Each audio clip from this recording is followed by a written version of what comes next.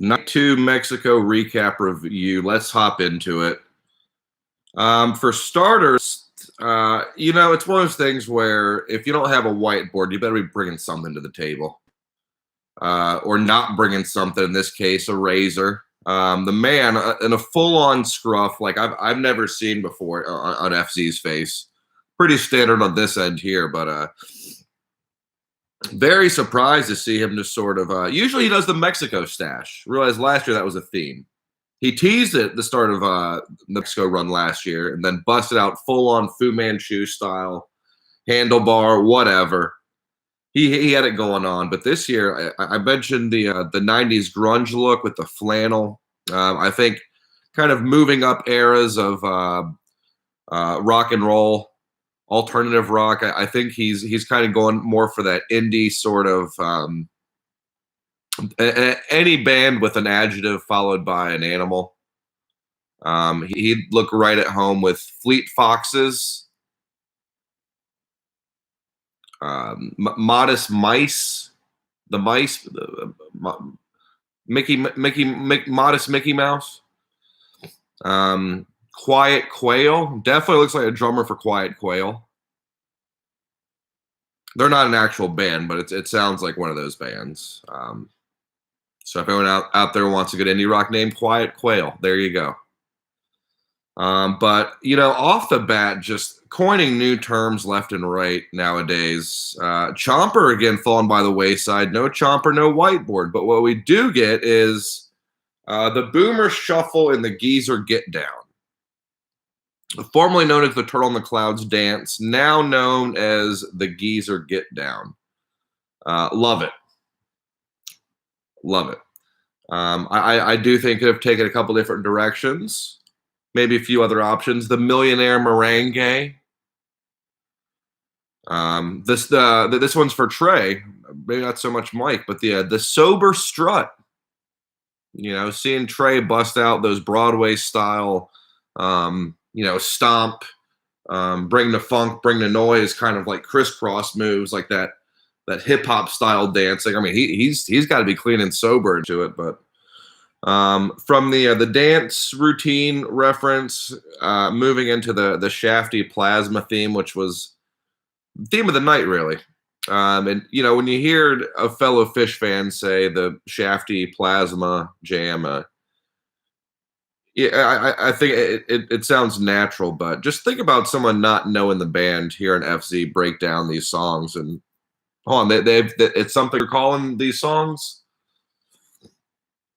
Again, that sort of child's nursery rhyme sort of song title and lyric that just sounds great whenever FC mentions it. Lizards, a fan of Lizards. He seems to welcome Lizards. I do not actually.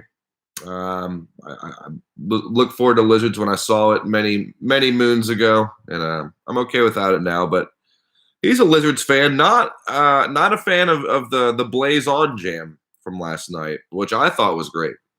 It said it didn't seem to go anywhere. At the same time, when it comes to my opinions or anyone else's opinions in FZ's, he is God, and we're just men. Just trying to decipher his words and make sense of them. So what we think and care about and our perspective really is just secondary to the Almighty Father of Phish, the creator of the Phish online recap reviews. I don't know if he quite understood the importance of Sea and Sand. Mentioned it, maybe played a few times. I think it was only the Halloween show and New Year's Eve. And besides that, that was the Halloween 90 or New Year's 95. So that was 25 years ago. If so, that's a huge one. But yeah, I do think that I love everything about the recaps. I think that he could get a little more insight into the bust outs and those rare moments, and maybe a little more back history. But I'm fine with whatever I get on a nightly basis. Just seeing his face, hearing his voice. Looking at the scruff grow ever more every day, that's enough for me. But it would be a nice bonus to have a little bit of the Phish-tory, a little bit of a bust out breakdown. Not too concerned or thrilled about Sigma Oasis. Ever almost be a curse starting off that show. It's like, oh, cool, a new song, cool. By end of the song, what's that called again? Sigma Oasis. Yeah, okay, I'm good. I'm never hearing that again. He feels the same way about it. One of the things that we're on the same page about. But I gotta disagree as far as the 2001. Just I think it's a lack of respect, to be honest, for 2001 and what that song has done and usually does. Just the simple melody, those ascending notes, the Kubrick summoning. It's there's something special about it. I think any 2001 is going to be great. It's a great moment. You have some that are incredible, a la the '99 Pyramid version. But he did one of the things that sometimes I forget about the FZappa-isms, and this is one of them. I think he's done this before, referring to Blazon and No Man and No Man's Land as cousins, which I feel like I've said this before after he said it, that just the whole idea of the Phish family tree and the connections within these songs. If anyone can be the 23 and me of the Phish legacy and the Phish genealogy, it's FZ.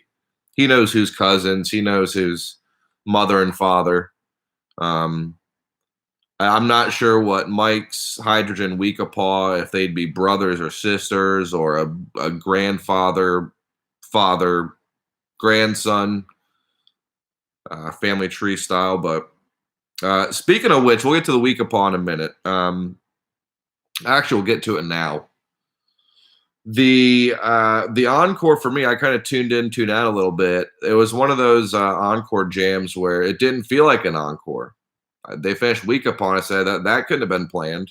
They ever been a standalone Weekapaw without coming after a Mike's? I don't know. I would have liked it if FZ knew, so I don't have to go and look on the message boards and Phish.net and find the history. But again, when he does something unexpected out of nowhere that you don't even think about being an option for his recaps, and by what I'm referring to is the Nina Simone reference at the end, all is forgiven. When he drops a jazz singer, poet, civil rights leader, just artist, and a bit of a abusive psycho as well. You can't talk about Nina Simone without mentioning the madness.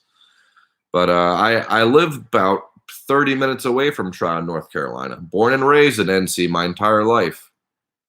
What do you want to know about the Hornets? I know a lot about the Hornets from about 90 to 96, and then that's it. But so the Carolinas for me, Hornets, Nina Simone, and just him giving Nina Simone a shout out was very special. Even knowing the birth date and birthplace of the woman, just it goes to show you the depth of the man.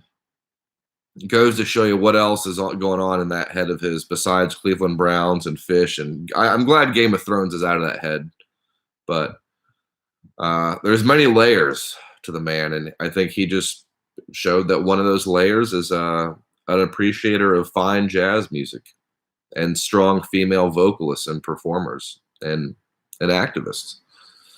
So that was very special for me. But yeah, I think we're good. I think we're good. On to night 3. Night 3 tomorrow or tonight, whatever. I don't know what's happened. Feeling better, by the way. Thanks for the well wishes from everyone. We'll see what happens tonight. But I don't know. One of the things, 2 things I forgot to mention. I was bummed out that he missed the 2/20/2020, which could have been some sort of FZappa20 code or holiday. He didn't acknowledge it yesterday. I failed to as well, or the day before, or whatever. But I really think that we missed one of those opportunities for some sort of global, at least national, at least personal FZappa20 celebrations. It could have been FZ 2020 day.